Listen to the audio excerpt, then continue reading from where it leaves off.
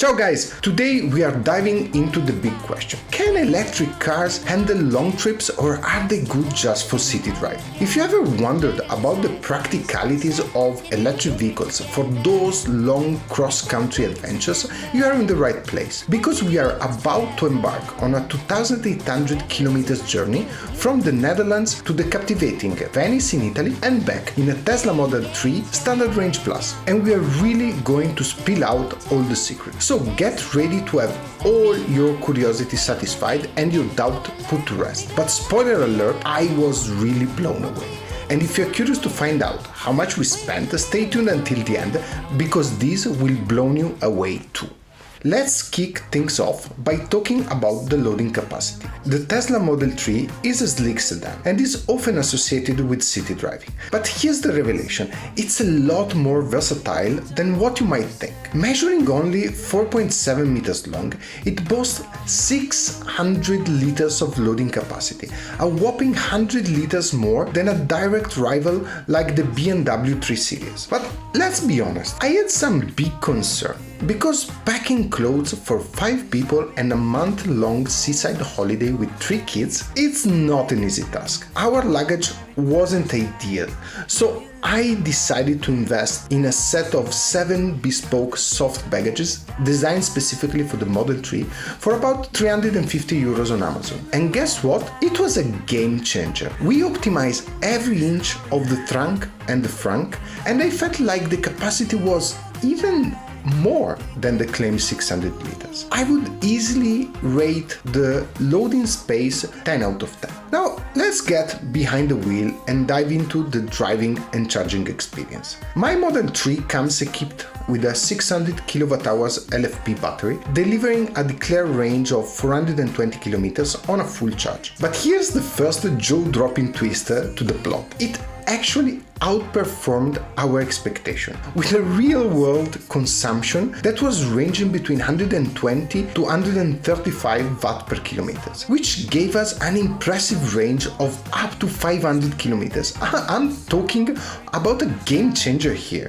So in our first leg of the journey, there was a massive 1,000 kilometer stint from Amsterdam to Innsbruck in Austria that was waiting for us. We set off with an 80% charge, and I'm saying this because this is where Tesla's supercharger network and planning software come to the forefront. Those tools optimize the charging stop, making them ultra time efficient with 4 planned stops along the route. We never find ourselves twiddling our thumbs for more than 20 minutes. Now, imagine attempting this epic journey with a non-Tesla EV. Trust me, you would have hit quite a few snags due to the less reliable charging network. And to be honest, we are not done yet. There's a fantastic case up Tesla's sleeve: the destination chargers.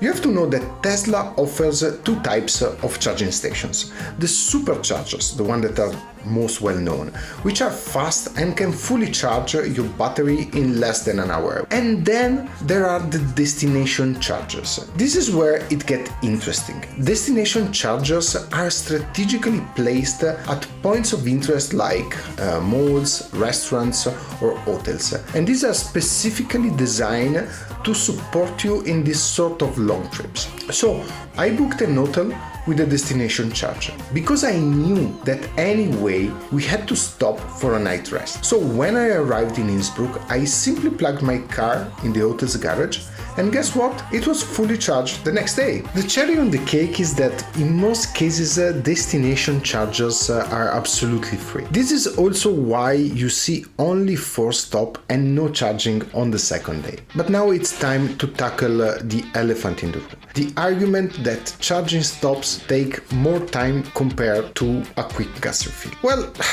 that's true. But here's the scoop. During long drives, you're going to stop every few hours anyway. Whether it is for a restroom break or grabbing a coffee or simply stretching your legs, these breaks are essential. The reality is Tesla superchargers are strategically located, ensuring you always find something to eat, and some even come with a small lounge like the one that we found in Germany, with clean restrooms and vending machine. And of course, if you're traveling with little ones like me, the infotainment system can keep keep them entertained for 15-20 minutes. And of course, if you have more than one, you can also have iPads and telephones. And in some areas, for example, we also found some small playgrounds, so kids will not complain about the small stop. So in a nutshell, I'd rate the charging experience as an 11 out of 10, if that is even possible. Everything is efficiently managed through software, ensuring a flawless experience. You just pop into the charging station, there's no waiting, you plug in your car and 15-20 minutes later you are ready to roll again. And this with a cost which typically remains below the 20 euros. Now, speaking of the driving experience, there is not much to complain about. The seats are exceptionally comfortable. The air conditioning, despite I heard some complaints and read some complaints on forum, was delightful and working properly. And the navigation system is spot on, providing precise and clear directions, because when you have this sort of long trips, peace of mind that everything is working fine in terms of navigation is essential. We tested the car in various conditions and on various roads, and it's truly a pleasure to drive. Cruising at 120 kilometers per hour on the highway is incredibly quiet and comfortable. You can easily speak also with the people sitting in the back, and you have these added safety features that are really a peace of mind. And we even pushed it to the limits in Germany, where you don't have speed limits, and it easily topped the 235 kilometers per hour, which is quite remarkable for a small sedan. But the real magic of the Model 3 shines on challenging routes like the Austrian mountains, where you'll experience its driving abilities firsthand. But now let's dive into one aspect that I didn't quite like, and that according to me didn't hit the mark, which is the autopilot. My car comes with the standard version of the autopilot, which is essentially an entry-level foray to the autonomous driving. It's like a sort of smart cruise control that can maintain the speed, adapt to the traffic, and follow the natural turns of the road if they are part of your main route. However, it cannot handle roundabouts, highway exits, and line changes.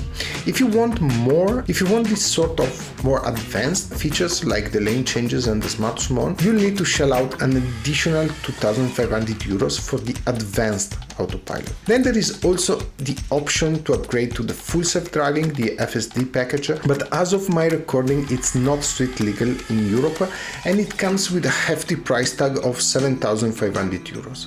So in reality, the standard autopilot does an okay job, but it doesn't quite live up to the idea of autonomous driving. It sometimes struggles with identifying the limits, and it can put you in potentially risky situations. Personally, I find it convenient in slow traffic, but most of the times I ended up driving or using the basic cruise control feature, the one that just control your speed.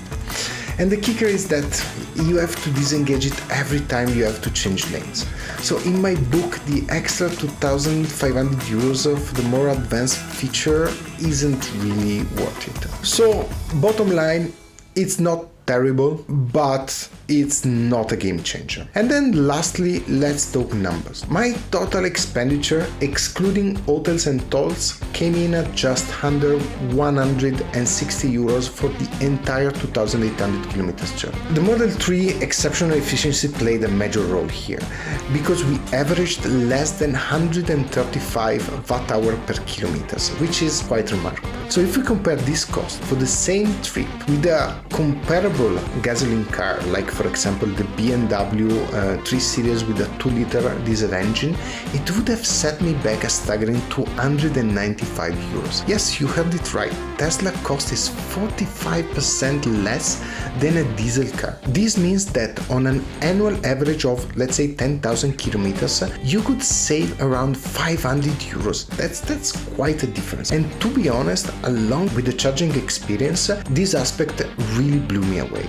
These costs are insanely low. So this road trip was a success, I would say, and it has shown me how Tesla EVs aren't just excellent for the city drive. They are an economical and efficient choice also for long journeys too. But the key caveat here is that I'm just speaking of Tesla EVs. because undertaking this journey with a non-Tesla EV would have posed quite a considerable challenge due to the lack of infrastructure.